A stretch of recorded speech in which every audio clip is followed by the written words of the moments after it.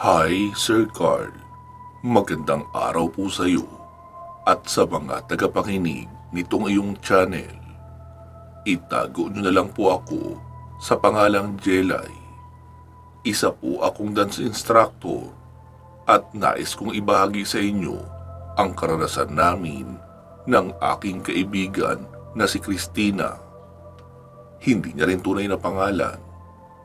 Nag-umpisa ang kwento noong nagturo kami ng cheerleading sa mga estudyante sa paaralan ng sekundarya sa isang bayan sa Zambales kung saan din ako lumaki. Isang gabi, natagalan kami ni Christina sa paaralan dahil sa puspusan namin pag-iensayo sa mga estudyante para sa kanilang nalalapit na intramurals. Matapos ng ensayo, ay agad nagsiuwian ang mga mag-aaral na tinuruan namin. Naiwan pa kami ni Christina dahil nagligpit pa kami ng ilang mga gamit at isinara ang pintuan noong room. Noong naglalakad na kami papalabas, ay nasalubong namin ang janitor. Nagpaalam kami rito at sinabing tapos na kaming mag-ensayo. Siya na bahala mag-lock ng classroom para walang mawala. Tumango naman iyon at nilampasan na kami upang magtuloy sa classroom na aming ginamit. Habang naglalakad na kami papauwi sa aming mga bahay, ay nararamdaman namin ang malamig na simoy ng hangin sa paligid. Alam naman namin pareho na normal iyon dahil probinsya at gabi na rin naman noon.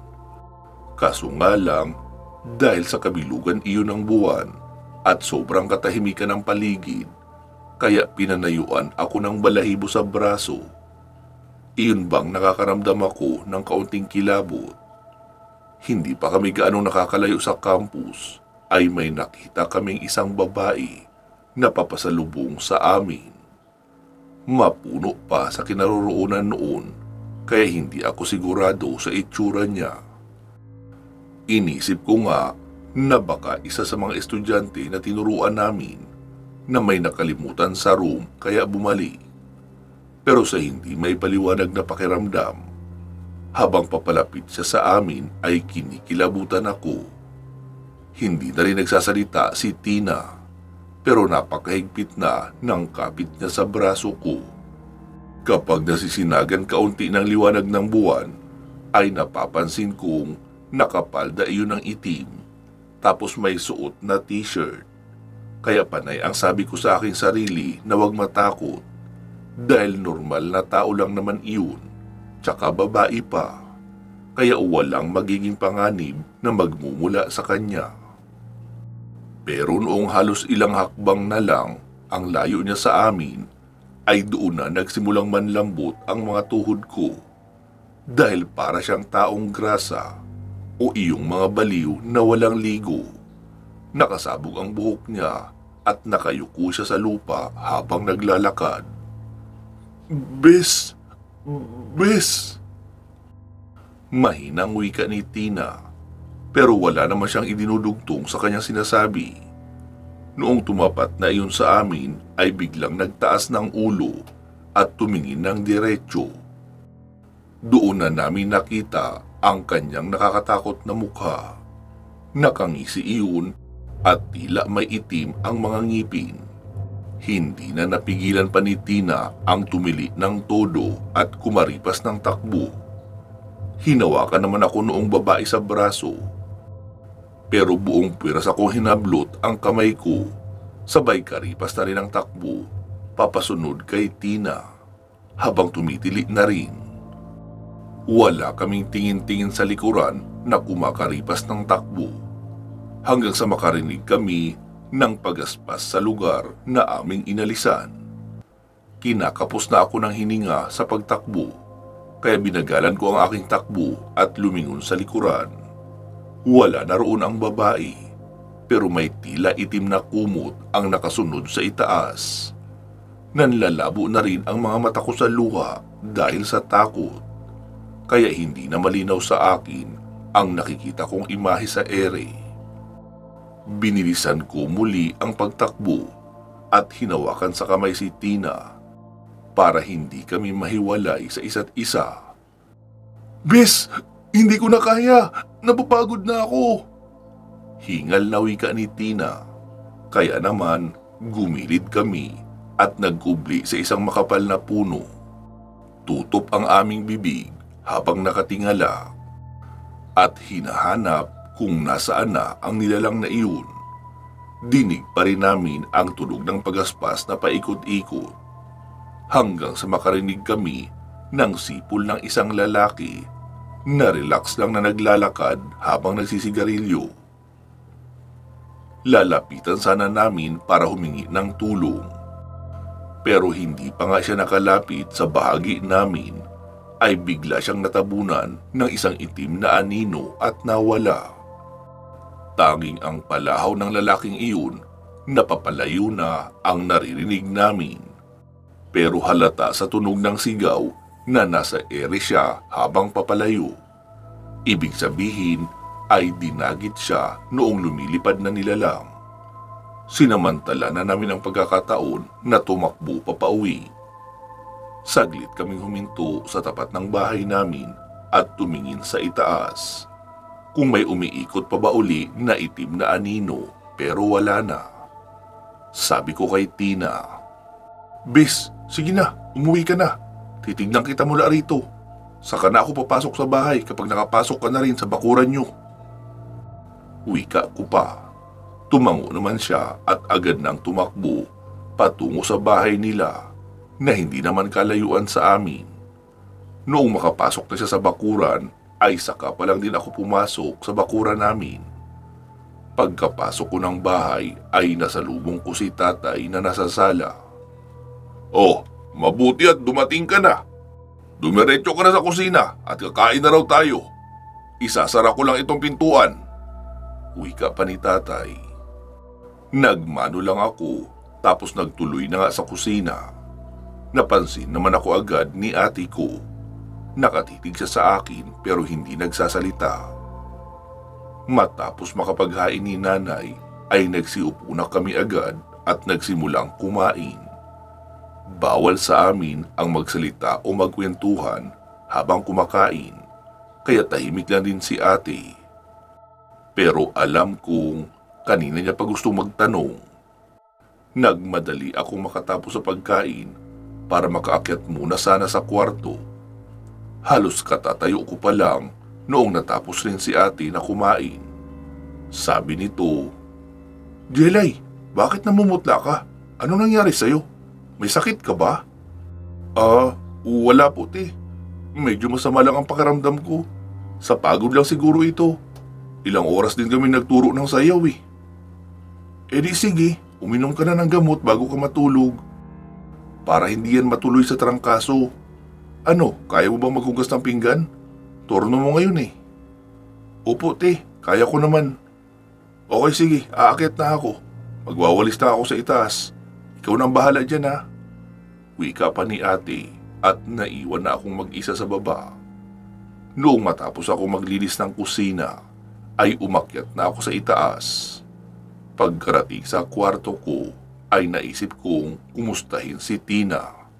Kaya tinawagan ko ito. "Hello Tina, kumusta ka dyan? Sinabi mo ba sa mga magulang mo ang nangyari?" Hindi. Ikaw ba?" "Hindi rin. Si ate lang ang medyo nakahalata na namumutla ako noong dumating. Pero sinabi ko lang na masama ang pakiramdam ko." "Jelay, totoo ba yung nakita natin? Parang hindi kasi ako makapaniwala eh. Sa tingin ko, aswang iyon." "Oo eh, ganun nga din ang naiisip ko. Kasi ganun ang nakikita kong itsura ng aswang sa pelikula. Pero hindi ko inakalang meron talagang ganoon sa totoong buhay. At narito pa mismo sa lugar natin. Eh hindi naman ito liblib na lugar o kagubatan." Sabi niya naman, "Tama ka, Jelay. Yun din ang iniisip ko.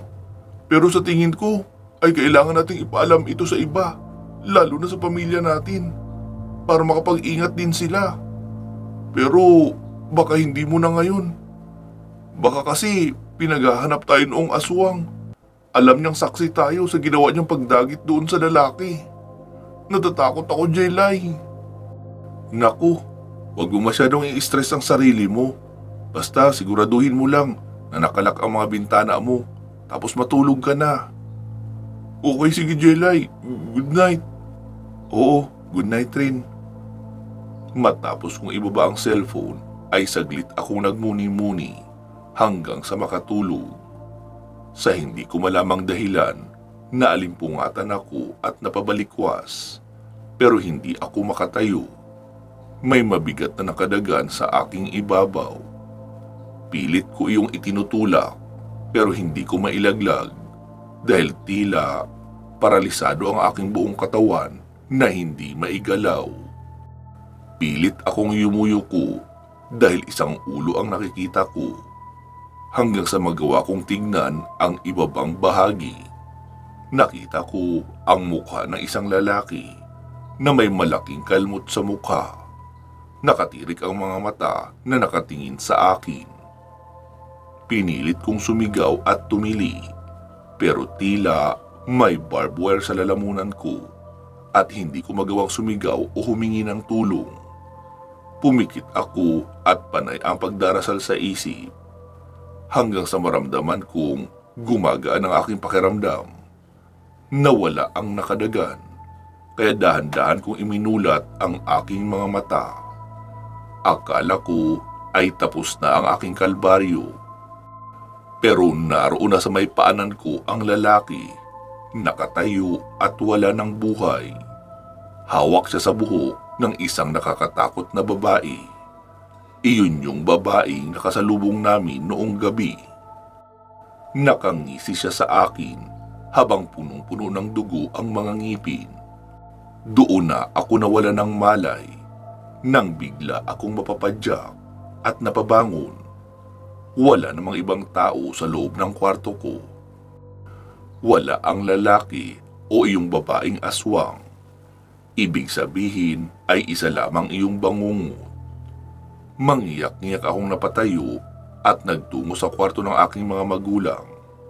Takot na takot ako yumakap kay nanay habang umiiyak. Nagising naman sila agad pareho, kaya sabi ni nanay, "Jelay, anak, anong nangyari sa iyo?" Dahil sa pilit na pagtatanong nila sa akin, kaya isinalaysay ko na sa kanila ang lahat. Magmula doon sa karanasan namin ni Tina, hanggang doon sa lalaking dinagit at ang bangungot na naranasan ko. Pinakalma nila ako at pilit na sinasabing baka raw dahil lang sa pagod at stress, kaya ako nagkaroon ng ganoong mga halusinasyon at panaginip. Pero pinagpilitan ko na hindi lang naman ako ang nakaranas noon dahil kasama ko nga si Tina. At pwede nilang itanong lahat kay Tina sa kinabukasan. Para lang mawala ang takot ko, ay inaya ako ni nanay na magpunta sa altar para magdasal kami ng sama-sama. Kasama na rin si ate at tatay. Matapos naming magdasal ng magkakasama, ay kumalman na rin naman ako at nabawasan ang takot. Ang sabi kasi ni nanay na maaaring trauma iyon dahil sa naranasan namin kaya ako binabangungot. Bukas na bukas raw ay sasamahan nila kami sa barangay para i-report ang nangyari sa lalaking dinagit ng aswang. Aalamin na rin kung may lalaking nawawala sa barangay namin na maaaring tumugma sa description noong lalaki na nakita namin.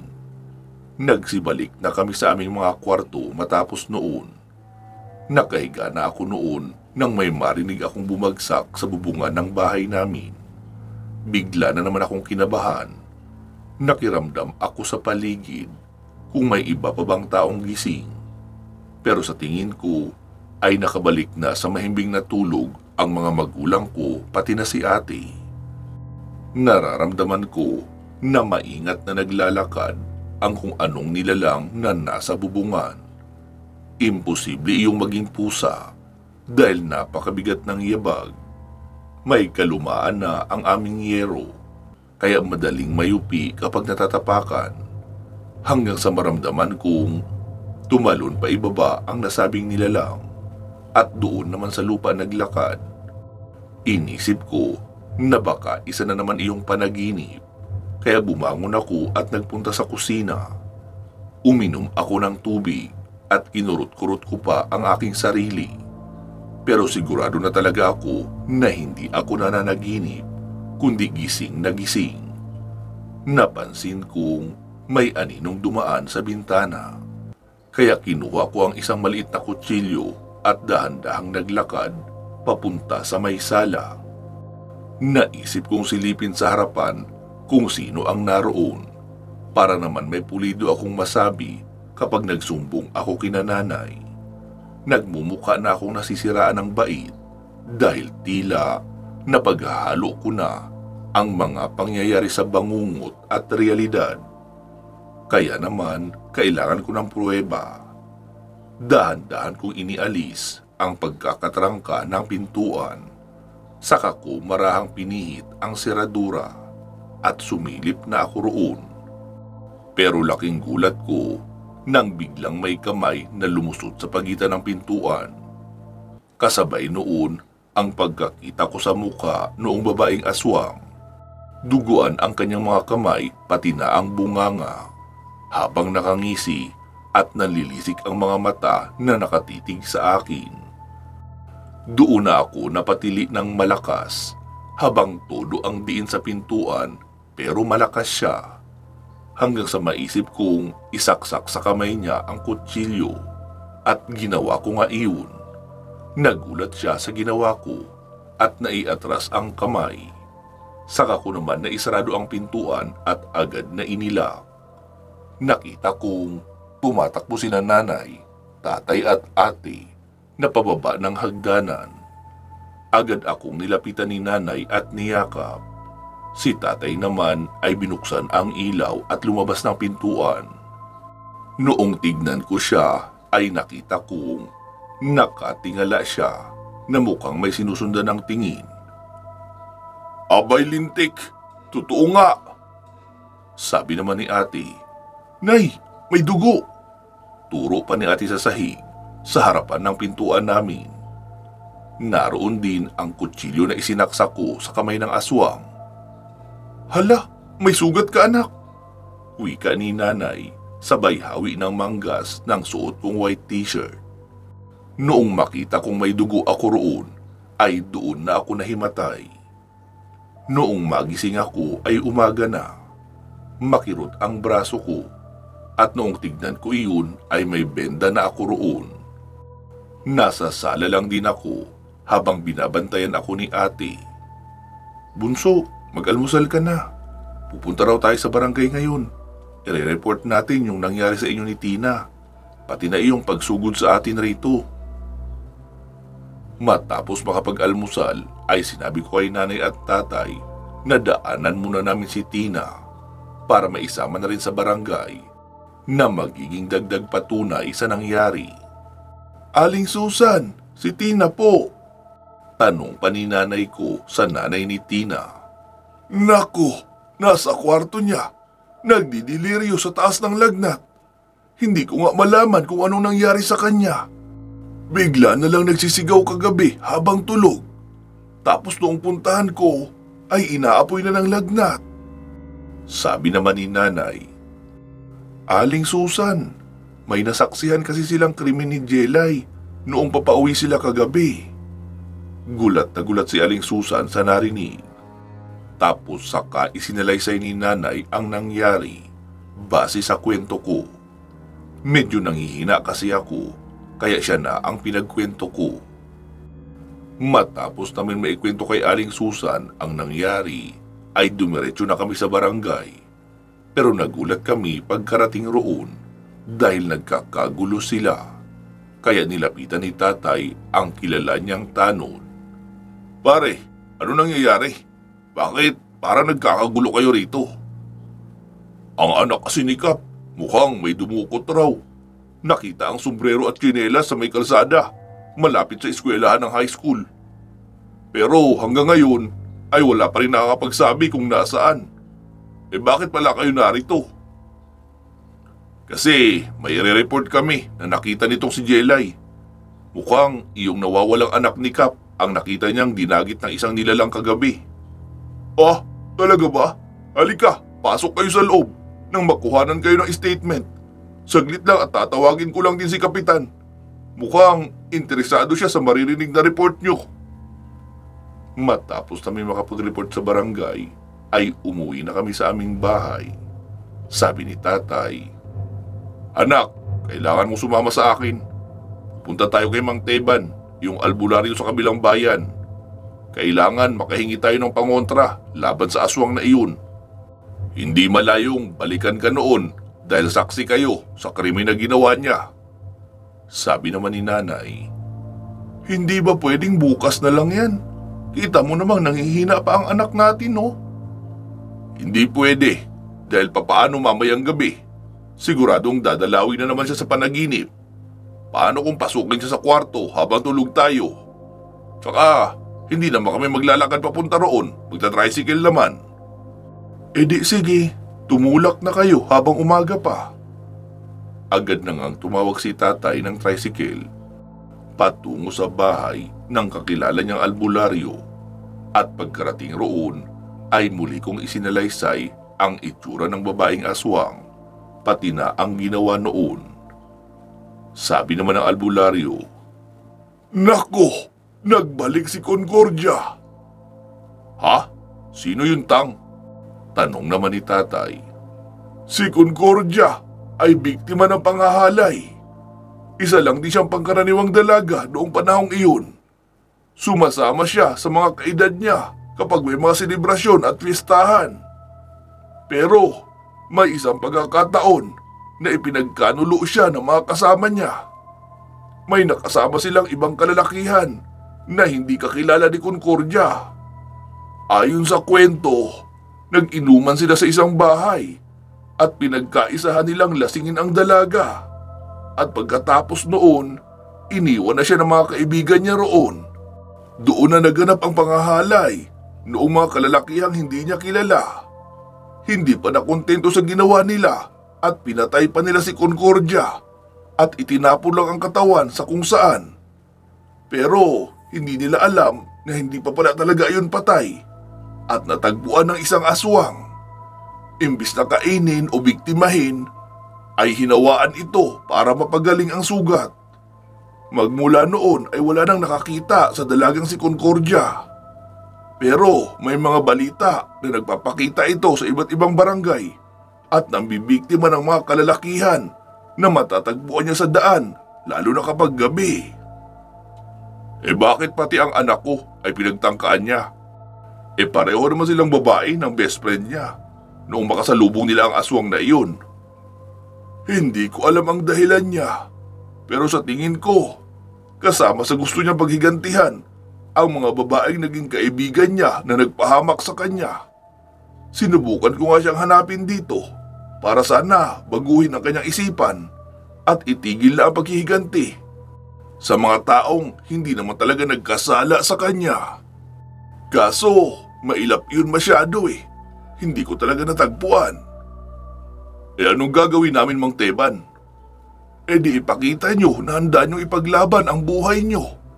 Bibigyan ko ng pangontra ang anak mo at ang kaibigan niya para hindi sila mapasok sa panaginip. Pero kailangan nyong bantayan ang pamamahay nyo para hindi rin kayo malusutan. Huwag kayo magpapatay ng ilaw sa labas ng bahay. Tsaka huwag nyong hayaang magpapagabi sa labas ang anak mo, pati na yung sinasabi mong kaibigan niya na kasama niyang naging saksi. Dahil doon talaga sila siguradong aabangan kapag nasa labas.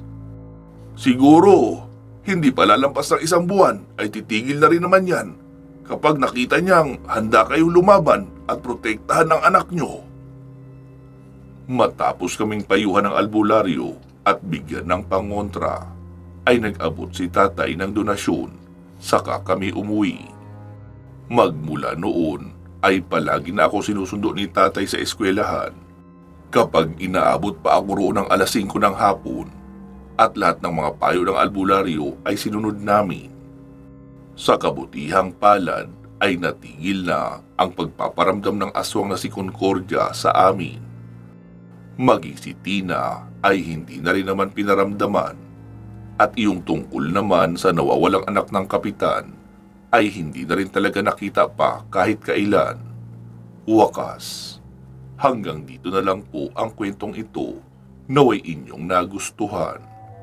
Mag-iingat po kayo palagi at hanggang sa muli.